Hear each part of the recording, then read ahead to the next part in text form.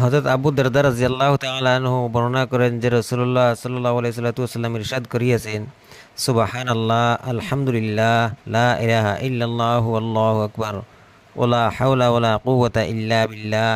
এই দোয়াটি এবং এই তসবিহ পড়া, এইগুলি বাকিয়াতে সালেহাত এবং এইগুলি গুনাহকে এমনভাবে জড়াইয়া দেয় যেমন শীতের মৌসুমে গাছের পাতা জড়িয়া যায়।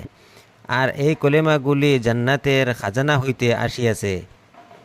আমরা পড়ার চেষ্টা করব ইনশাআল্লাহ, আমল করলে ফায়দা পাইমু ইনশাআল্লাহ।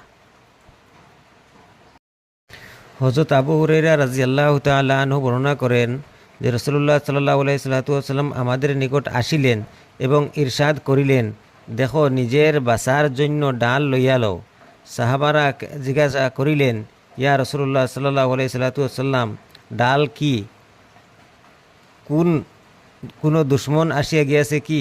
তিনি ইরশাদ করিলেন, জাহান্নামের আগুন হইতে বাঁচিবার জন্য ডাল লইয়া লও।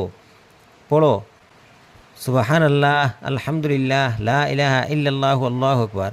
কেননা এই কলিমাগুলি কিয়ামতের দিন আপন পাঠকারীর সামনের পিছনে ডান ও বাম দিকে হইতে আসিবে এবং তাহাদের জন্য এইগুলি সেই নেক আমল যাহার সওয়াব চিরকাল মিলিত থাকিবে।